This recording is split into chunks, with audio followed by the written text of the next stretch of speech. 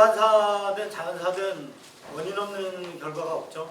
그다음에 그 작용 없는 반작용이 없습니다. 그 인간의 그 지혜가 담긴 그 속담에도 그런 원리들이 있죠. 아니 때 굴뚝 연기나지 않는다. 그다음에 안 kil렸어. 안 kil렸어. 예, 됐습니다. 그다음에 오는 말이 고와야 가는 말도 없다. 뭐 이런 말들이 있습니다. 이걸 뭐 어려운 인과관계라고 얘기를 하죠. 근데 그런 인과관계를 올바르게 파악하려는 그런 역사적 관점이 아니라 아주 그 사안의 아주 특정한 시점, 특정한 장면 이것들을 맥락을 딱 제외하고 따로 떼서 그것만 가지고 어떤 사안의 성격을 규정하면서 아주 평가하는 그런 아전인수격인 그런 흐름이 지배적입니다. 국제관계에서도 마찬가지죠.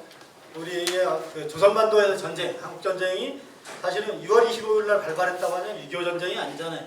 마찬가지로 우크라이나에서 벌어진 전쟁도 2월 24일 어떤 러시아의 침공으로 인해 벌어진 전쟁이라고 이렇게 얘기하지만 역사적 맥락을 따져보면 사실 그런 전쟁이 아니었던 거죠.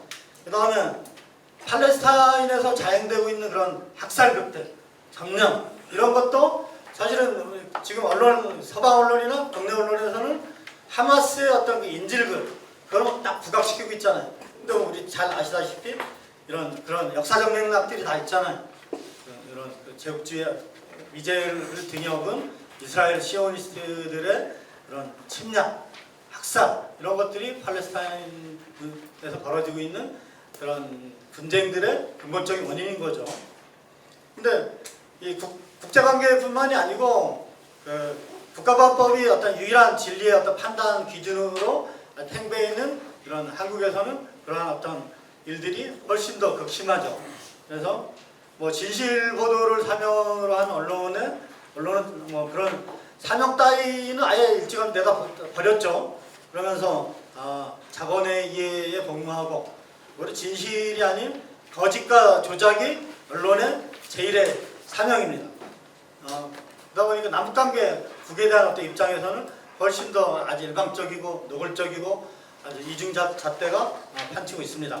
가령 2020년 6월에 북이 남북 간 대성국면에 있는 남북 간 화해와 협력의 상징인 남북 공동연락사무소를 폭파했습니다. 그런데 그 북이 그렇게 할 수밖에 없었던 그런 역사적 그 원인들 이런 것들을 살펴보지 않고 그 장면만 딱 따로 떼어내서 보면 북의 호전성, 그런 침략성 이런 것들만 드러나게 되는 거죠.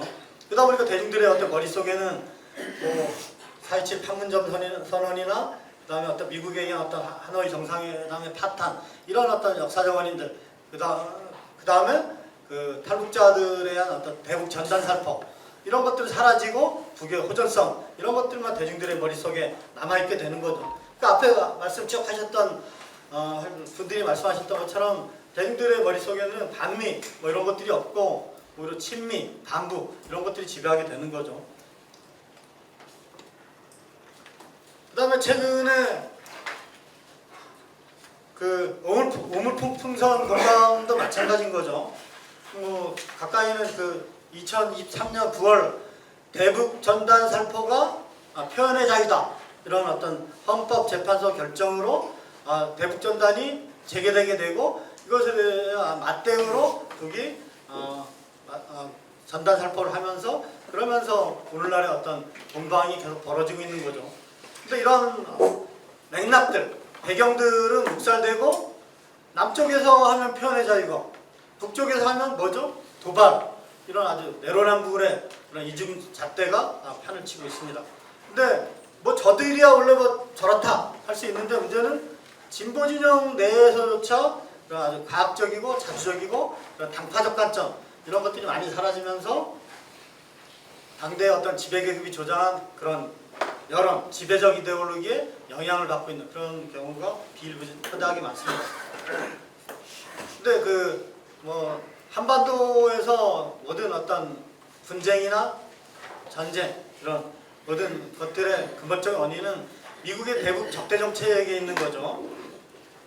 그런 것들이 오늘날 남북관계에 그 적대 관계로의 전환도 나왔던 것이고요. 그 다음에 북핵 문제라고 언론에 많이들 얘기하고 있는데 그건 저는 미국이 만든 조어라고 보거든요. 북핵 문제가 아니고 미국의 핵독점, 핵패권, 핵위협, 이런 전략, 책동 이런 것들이 본질인 거죠. 근데 이런 자명한 원리가 자명하고 아주 인간의 기본적인 이성만 가지고 있고 합리적 판단 근거만 가지고 있으면 다 그렇게 사고를 하잖아요. 인과관계를 살펴보고. 근데 그런 것들이 국가 관련된 문제에서는 아주 사라지고 없는 거죠. 그 다음에 그 민주노총의 어떤 강령을 예를 들어서 최근에 뭐 일부 진보 세력이라고 하는 자처한 그런 세력들 내에서도 민주노총 강령에 핵무기 종식이 있지 않냐. 그러니까 한반도에서 비핵화해야 된다. 뭐 이런 주장합니다. 근데 민주노총 강령의 전반 그 내용들을 보면 그런 한반도 비핵화의 그 앞에 문구에는 침략 전쟁을 반대한다는 그런 내용이 있어요.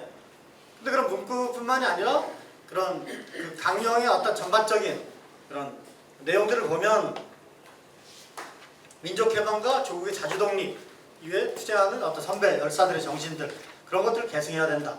그 다음에 조국의 자주민주 통일 뭐 이런 내용들 이외에 가열찬 투쟁을 전개한다. 정권과 자본으로부터의 자주성을 견지하기 위해 투쟁한다. 뭐 이런 내용들이 있는데 그런 맥락들을 다 빼버리고 국회, 한반도의 비핵화 이런 얘기를 합니다. 근데 그 얘기는 80년대 우리의 대중적 요구가 반전반의 양키 호흡 아니었어요? 근데 그 얘기 가지고 맥락을 싹 빼버리고 80년대에도 반핵을 얘기하지 않았냐? 잠깐만요. 그러니 우리도 한반도에서 반핵을 얘기한다. 뭐 이런 논리와 아주 말도 안 되는 논리와 똑같은 거죠. 그 다음에 일각에서는 조력한 포괄적인 전략적 동반자 관계 조약을 맺은 것에 대해서도 이것을 한미 상호 방위 조약, 그 다음에 나토 조약하고 동일하게 보고 있는 거예요. 근데 전자는 어떤 그 자주국가 간의 어떤 그런 전략, 포괄적인 그런 전략적 관계인 거죠. 그 다음에 한미일 동맹의 어떤 대응한 어떤 방어적인 측면을 가지고 있고요. 양자를 비교할 수 없는 이런 양자를 비교하면서 양비론, 중립 이런 입장을 취하고 있고요. 이런 것도 원인과 결과를 다시 보도하고 방어와 침략을 전도시키는 거죠. 그 다음에 평화 통일 세력 일각에서도 민족과 통일을 부정하는 북한 당국의 비이성적, 비합리적, 독단적 입장은 남한 당국의 일차적 책임이 있다. 이건 사실 짧은 문구에도 논리도 안 맞아요. 남한 당국의 일차적 책임이 있으면 거기에 책임을 물어야지 그것에 대한 맞대응으로 나타난 그런 결과 그런 것들에 대해서 비합리적이고 비이성적이다. 사실은 이런 주장이야말로 비합리적이고 비이성적이고 독단적인 주장 아닙니까? 그 다음에 북러 관계가 시대착오적인 군사적 동맹 관계로 복원되고 한반도와 동북아가 한층 더 핵대결과 핵전쟁 위기를 맞게 된 데에 대해서 개탄하지 않을 수 없다. 이런 주장입니다. 참으로 개탄하지 않을 수 없는 그런 주장을 통일운동을 하고 있는 그런 진영에서 얘기를 하고 있습니다.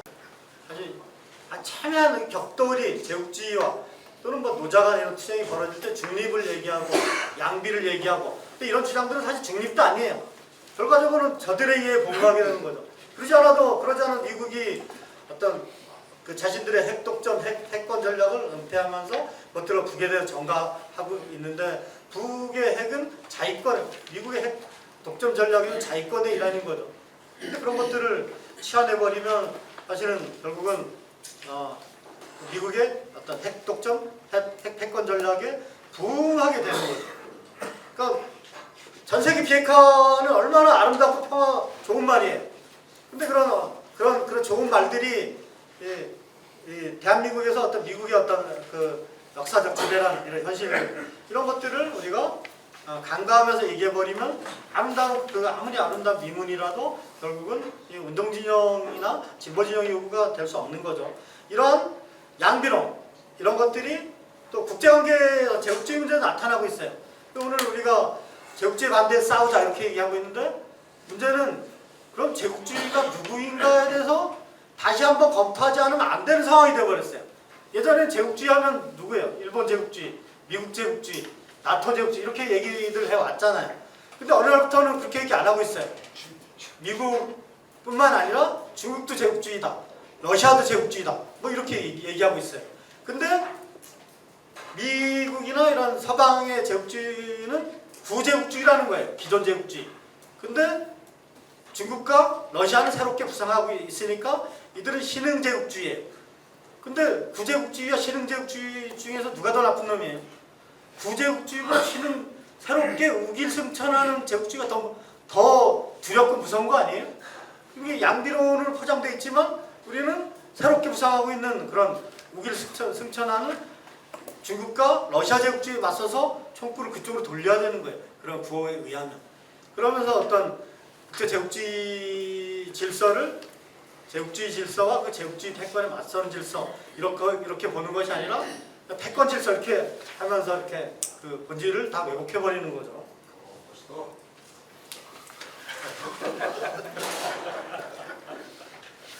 그 다음에 레닌이 제국주의론에서 제국주의론 표지를 뭐 5가지 6가지 쫙 들었잖아요.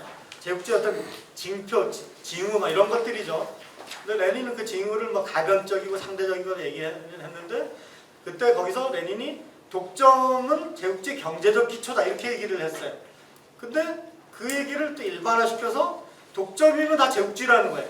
근데 레닌은 그 어떤 제국주의 어떤 경제적 본질만을 얘기하려는 것이 아니라 그 경제적 본질을 통해서 제국주의라는 어떤 제국주의 어떤 그 상부 구조의 어떤 성격, 본질적 성격을 밝히려고 했던 거예요.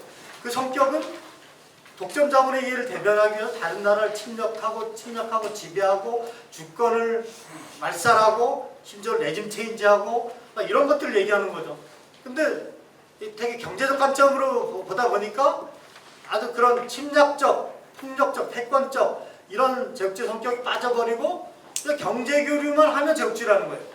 그러니까 러시아가 북이랑 철도 건설하고 이렇게 막 그런 시도들을 한다. 그럼 그것도 자본 수출이니까 제국주의라는 거예요. 그 다음에 러시아가 제국주의의 경제적 그 제재를 뚫고 베네수엘라와 경제 교류하는 것도 제국주의라는 거예요. 자본 수출이라는 거예요. 그 레닌의 자본 수출의 개념은 자본 수출을 통해서 다른 나라에 대한 어떤 이권을 독점하고 특혜를 받고 그걸 근거로 다른 나라 주권을 침탈하고 지배하고 이런 것들인 거죠. 그러니까 그것이 수단인 거죠. 근데 그런 것들이 다 빠져버리면서 아주 경제주의적으로 어떤 제국주의를 바라보고 있습니다. 그러면서 독점이 제국주의이기 때문에 독점이 형성된 모든 나라는 제국주의 국가라는 거예요. 그러면 오늘날 자본주의는 자유경쟁 체제가 아니잖아요. 다 독점으로 이렇게 전환이 됐잖아요. 물론 한국의 독점의 근원적 힘들이 어디에 있냐 이거는 따로 논란이 좀 필요한 거지만 다 독점 자본주의가 됐어요. 그러니까 다 독점 자본주의가 됐으니까 다 제국주의라는 거예요. 외국도 다 대부분이 다 독점이 상당 부분 지배적이죠. 그러다 보니까 모든 나라가 다 제국주의라는 거예요. 그러니까 모든 나라가 다 제국주의면 누가 억압당하는 거예요? 누가 지배당하고? 그러니까 레닌이 예전에 한 줌도 안 되는 어떤 그 제국주의 국가들이 그 수백 개의 나라들, 민족들을 억압하고 수십억 인류들을 억압하고 압살하고 그 경제적 교사라는 그런 제국주의론이 이제는 낡았다는 거예요. 독점 자본주의 시절에는. 근데 레닌의 어떤 제국주의 지표는 뭐 약간 달라질 수 있지만 그럼에도 불구하고 제국주의 그 침략적인 그런 본질적 성격들은 하나도 달라지지 않았던 거죠. 근데도 그런 것들이 과거의 것이 됐다. 뭐 이렇게 얘기를 합니다. 그러니까 누군가를 지배하고 억압하고 이런 것도 사라져 버리는 거예요. 그러니까 왕이 없으면 신화가 없잖아요. 근데 제국주의가 없으면 신식민지도 없는 거죠. 반대로 신식민지나 뭐 지배받는 그 나라가 없으면 제국주의도 없는 거고. 그러면서 오늘날의 현대 자본주의는 어느 정도의 위계는 있으나 제국주의 간의 상호관계로 전환돼 버렸다. 이렇게 얘기를 합니다. 그런데 이러한 인식에 의하면 조로의 어떤 포괄적인 동맹관계에도 그 조선이 러시아에 종속되는 거죠. 물론 그 사람들도 조선이 러시아를 종속시켰다 이렇게 주장은 안 할 겁니다. 이렇게 그 다음에 조중러 동맹은 약탈 동맹이 되고 거기에 북이 동참하게 된 이렇게 돼버리는 거죠. 아무튼 이런 우리가 우리 어떤 잘못된 인식을 갖게 하는 그런 양비론, 그런 중립이론 이런 것들은 노동자들의 또는 진보적인 그 세력들의 이론이 아니다. 뭐 이런 말씀을 좀 드리고 싶고요. 그 다음에 당시에 그 1차 대전에서 2차 대전으로의 어떤 변환이 영국에서 미국으로의 어떤 전환이었잖아요. 그것과 지금이 똑같다고 얘기하는데 팔레스타인 문제만 보더라도 다르잖아요. 그리고 중국이나 러시아나 뭐 이런 그 다음에 그 개발도상국들은 미국이나 영국이나 그런 서방 제국주의나 이스라엘 제국주의에 맞서서 투쟁하고 팔레스타인을 지원하고 언저하고 지지하고 있죠. 그것만 보더라도 상황이 완전히 다른 걸 가지고 똑같다 이렇게 억지로 얘기를 하고 있습니다. 그럼 일단 마지막으로 결론적으로 말씀드리면 저는 그래서 반제의 요체는 반미라고 봅니다. 반미는 아주 반제의 어떤 대중적 표현인 거죠. 근데 우리가 프롤레타 독재를 당장 쟁취하자. 이건 너무 앞서 나간 얘기잖아요. 궁극적 목표잖아요, 우리. 근데 반미는 저는 그런 궁극적 목표가 아니라고 보거든요. 가장 절박하고 대중적 요구라고 봅니다. 근데 국제적으로는 반미, 탈미 막 이런 흐름들이 거세게 일고 있는데 유독 이 대한민국 이 사회 보면 반미는커녕 친미, 숭배, 경배 사회. 저는 이런 괴리들을 우리 주체역량으로 뚫고 나가야 된다. 그런 것들을 그 괴리들을 주체역량으로 뚫고 나가기 위해서 오늘의 토론도 있고 우리가 이렇게 계속 투쟁하는 거 아니냐 뭐 그런 생각을 하고요. 그래서 일단 오늘 제가 주요 아주 이게 관찰될런지 모르겠는데 민주노총 통일위원장 님도 와 계시니까 한 말씀 드리면 저는 우리가 11월 노동자대회 하잖아요. 그것처럼 반미를 대중화하기 위해서 8월이 됐든 언제가 됐든 그 반미를 전면적으로 내걸은 노동자대회를 아주 정례적으로 11월 노동자대회처럼 개최했으면 좋겠다. 이런 제안을 드리면서 마지막으로 하나 더 말씀드리면 우리가 사상적인 문제가 가장 중요하다고 보는데 사실 반미가 대중화 안 된 것도 여러 가지 요인이 있지만 사상이 무너지고 조직이 무너지고 운동이 무너지고 대중운동이 분열되고 그게 문제라고 보기 때문에 역으로 우리가 사상적으로 이렇게 정립하는 것이 대중운동을 올바르게 통일시켜 나가고 올바르게 우리 사회를 변혁하는 데 있어서 중요하다고 봅니다. 근데 요즘 그런 우리 어떤 근본적 사고를 막 혼란하게 만드는 그런 사고들이 많아요. 우리 포스트 모더니즘이라고 얘기합니다. 다원주의. 그들은 뭐라고 얘기하냐면 우리가 객관적 진리는 인식할 수 없다 이렇게 얘기합니다. 불가지론이죠. 그 다음에 역사적 사건들의 인과관계는 망상이라고 얘기합니다. 아주 망상적이고 혼돈된 그런 사고인 거죠. 우리가 그런 사고에 맞서서 이 사회를 아주 어떤 근본적인 모순이 어디 있는지 우리가 전략적으로 이렇게 검토할 수 있는 그런 기회를 다시 한번 가지면서 그것을 기치로 해서 우리 운동을 다시 80년대처럼 변혁적 방향으로 이끌어야 된다. 이런 말씀 드리면서 제 발제를 마치도록 하겠습니다. 고맙습니다. 예. 역시